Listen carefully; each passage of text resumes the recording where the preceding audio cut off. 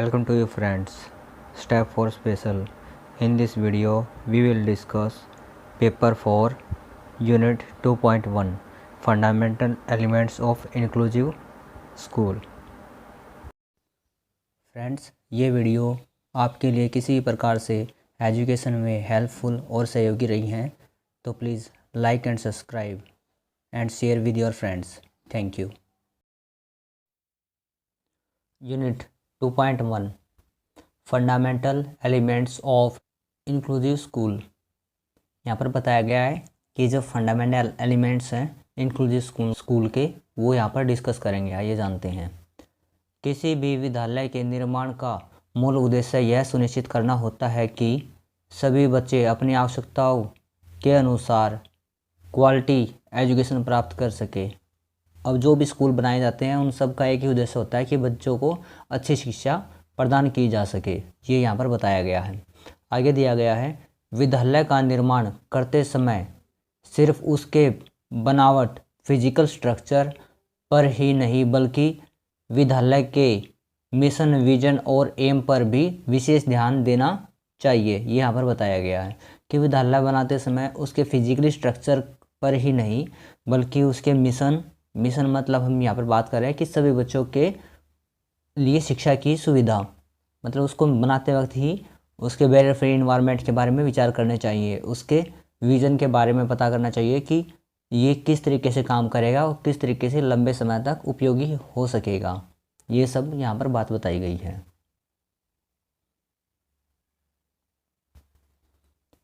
आगे दिया गया है जब हम इंक्लूसिव स्कूल की बात करते हैं तो हमारा तात्पर्य ऐसे विद्यालय से होता है जिसे सभी प्रकार के बच्चे अपनी ज़रूरत के अनुसार एजुकेशन प्राप्त कर सकें.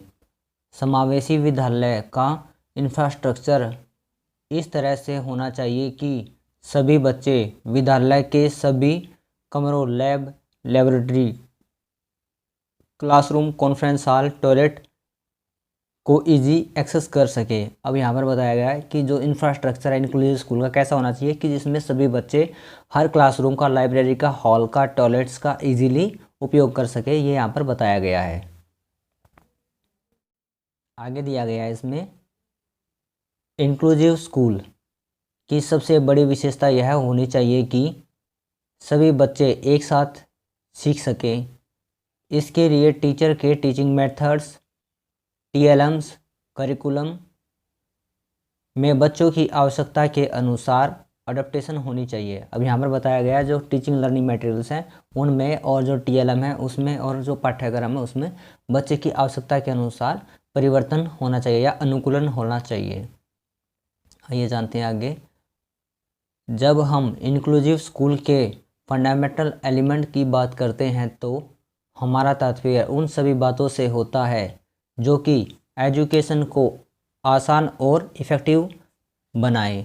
जब हम यहाँ पर समझते हैं कि इंक्लूसिव स्कूल के बारे में तो उसका एक मोटिव होता है कि सभी बच्चों के लिए शिक्षा अच्छी और आसान बना सके. यही इंक्लूसिव स्कूल का एक उद्देश्य होता है. यहाँ पर यही सब बताया गया है.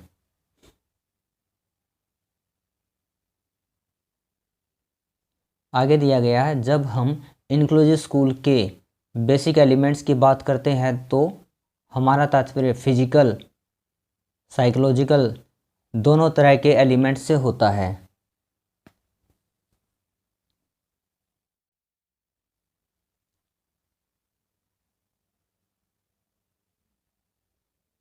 फर्स्ट दे रखा है यहाँ पे मूल.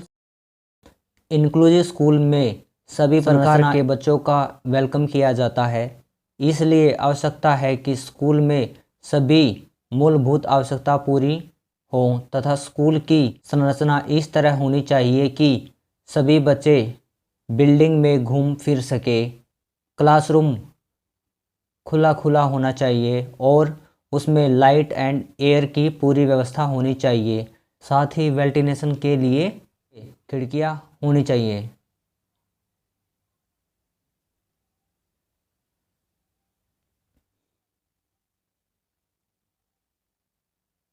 अब इसमें बताया गया कि जो स्कूल है वो कैसा बनाना चाहिए, उसकी बिल्डिंग्स कैसी होना चाहिए. यहाँ पर बताया गया कि रूम हैं, जो क्लासरूम्स हैं, वो खुले होने चाहिए, बड़े होने चाहिए, जिसमें अच्छी लाइट की व्यवस्था हो, हवा अच्छे से आ जा सके, और वहाँ पर खिड़कियों का भी अच्छा बंदोबस्त होना चाहिए, जिससे कक्षा में और अधिक सुविधा हो सके। ये यहाँ पर बताया गया है। विद्यालय के आवश्यक कंपोनेंट्स जैसे lab, laboratory, audio visual rooms इस तरह से डेवलप करने चाहिए कि सभी बच्चे फ्रीली टीचिंग लर्निंग प्रोसेस में इन्वॉल्व हो सके। यहाँ पर बताया गया है कि जो लैब है, ऑडियो विजुअल रूम्स हैं, उनको इस तरीके से बनाया जाए कि सभी बच्चे उसमें से आसानी से आ जा सके, उसका यूज़ कर सके। ये यहाँ पर बताया गया है। सेकंड पॉइंट दिया गया है बाधा मुक्त वातावरण। बाधा मुक्त वातावरण किसी भी समावेशी स्कूल का आधार होता है। विद्यालय वातावरण को बाधा मुक्त बनाते समय इस बात का ध्यान रखना चाहिए कि जब हम बाधा मुक्त वातावरण तैयार कर रहे हों तो वह किसी एक डिसेबिलिटी को ध्यान में न रखकर कि सभी प्रकार की डिसेबिलिटी को ध्यान में रखना चाहिए। अब यहाँ पर बताया गया है कि जो बैरियर फ्री इन्वायरमेंट है उसका अगर हमें डिज़ाइन करना है तो वहाँ पर सिर्फ एक ही बात को ध्यान ना रखकर सभी प्रकार की डिसेबिलिटी वाले बच्चों को ध्यान में रखते हुए हमें इस बात पर चर्चा करनी चाहिए और इसका प्रबंधन करना चाहिए। आगे बताया गया है, साथ ही साथ इस बात का ध्यान रखना चाहिए कि विद्यालय के शैक्षिक पक्ष के द्वारा दूसरे पक्ष जैसे toilet, playgrounds, canteens, restrooms, parking, assembly hall भी बाधा मुक्त होने चाहिए। अब यहाँ पर बताया गया है कि जो स्कूल के अदर्स डिपार्टमेंट्स हैं, अदर एरियाज़ हैं, उनके अंदर भी एक्सेसिबिलिटी इजीली हो पाए, इस तरीके से उनको डिज़ाइन करना चाहिए। अब वो बताए गए हैं जैसे टॉयलेट्स हैं, प्लेग्राउंड्स, कैंटीन, रेस्टरूम्स, पार्किंग, एक्सेस, जो असेंबली होम है वो भी एक्सेस अच्छे से कर सके बच्चे, इस प्रकार से उनका डिज़ाइन करना चाहिए। थर्ड पॉइंट दिया गया है फैमिली एंड कम्युनिटी इन्वायरमेंट्स। आइए इसमें जानते हैं कि इसमें क्या बताया गया है।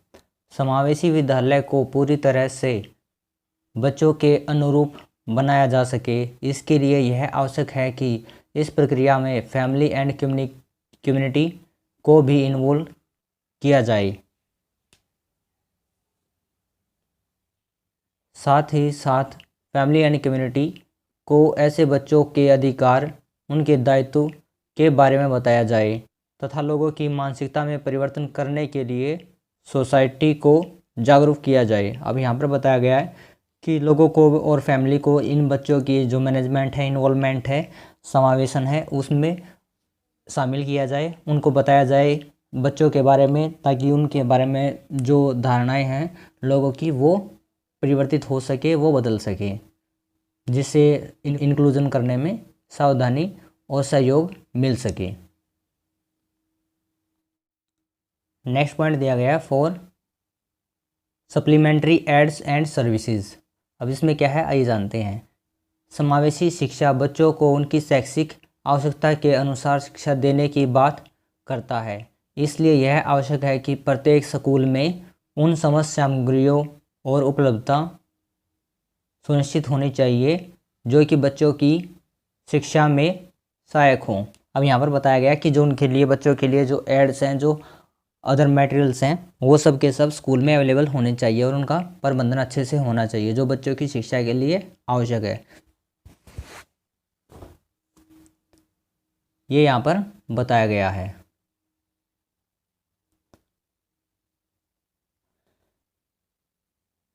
फिफ्थ पॉइंट दिया गया है सहयोगात्मक प्रैक्टिस अभ्यास। ये यहाँ पर बताया गया है। आइए इसमें जानते हैं क्या बताया गया है समावेशन के लिए। समावेशित स्कूल व समावेशित शिक्षा को बनाने के लिए तथा बच्चों की शैक्षिक उपलब्धि को बढ़ाने के लिए यह आवश्यक है कि विद्यालय में सहयोगात्मक अभ्यास किया जाए तथा साथ ही साथ टीचर्स को इन सर्विस ट्रेनिंग्स भी दी जाए ताकि वे क्लासरूम में बच्चों की शैक्षिक समस्या का समाधान करके लर्निंग इन्वायरमेंट क्रिएट कर सके। अब यहाँ पर बताया गया है कि बच्चों को और जो टीचर हैं, टीचर के बीच में जो एक कम्युनिकेशन नहीं बन पाता, उस कम्युनिकेशन गैप को हर तरीके से कम करने की कोशिश करनी है। सहयोगात्मक अभ्यास करवाना है, जिससे बच्चे और नॉर्मल बच्चे और स्पेशल बच्चों के अंदर एक सहयोग की भावना और जो एक टीम वर्क की भावना है वो डेवलप हो सके, ये यहाँ पर बात कही गई है। 6 पॉइंट दिया गया है स्टूडेंट्स प्लेसमेंट। आइए इसमें जानते हैं कि इसमें क्या बताया गया है। इंक्लूसिव एजुकेशन में एजुकेशन के साथ साथ बच्चों की उन सभी आवश्यकता के अनुसार व्यावसायिक शिक्षा भी देनी चाहिए, जिससे वे जीविका अर्जन के साथ साथ समाज की मुख्य धारा के साथ जुड़ सके। साथ ही साथ विद्यालय को समय समय पर रोजगार मेले आयोजित करते रहना चाहिए। इससे बालक में क्रिएटिविटी बढ़ेगी और उनका प्लेसमेंट भी आसान होगा। अब इसमें बताया गया है कि बच्चों को, जो दिव्यांग बच्चे हैं, उनको प्रशिक्षण देकर उनको आजीविका कमाने के लायक बनाना समाज की मुख्य धारा में जोड़ने का मुख्य काम रहेगा। और समय समय पर जो स्कूल में रोजगार मेले हैं उनका आयोजन करना चाहिए, जिससे बच्चों में क्रिएटिविटी और उनकी प्लेसमेंट की जो आसानी होगी और बच्चों में इंटरेस्ट भी बढ़ेगा। इससे बच्चे और भी मोटिवेट होंगे, ये यहाँ पर बताया गया है। फ्रेंड्स, ये वीडियो आपके लिए किसी प्रकार से एजुकेशन में हेल्पफुल और सहयोगी रही हैं तो please like and subscribe and share with your friends. Thank you. Last इसमें बताया गया, जब हम इंक्लूसिव एजुकेशन के फंडामेंटल्स की बात करते हैं तो हमारा तात्पर्य उन सभी तथ्यों से होता है जो स्कूल में न्याय को बढ़ाएं, बच्चों के अधिकार को बढ़ाएं, योग्यता को निखारें और पुरानी बातें जिससे बच्चे संघर्ष कर रहे हों, जैसे लिंग, जाति, संप्रदाय आदि बाधाओं को दूर करें। यानी एक ऐसा स्कूल जहां डाइवर्सिटी और इंडिविजुअल डिफरेंस को मिला के शिक्षा दी जा सके।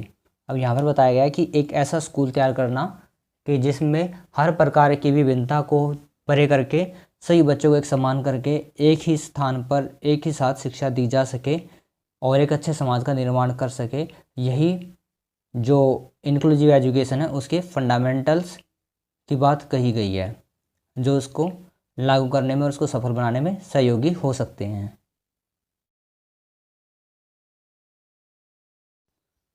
फ्रेंड्स, ये वीडियो आपके लिए किसी प्रकार से एजुकेशन में हेल्पफुल और सहयोगी रही हैं तो please like and subscribe and share with your friends.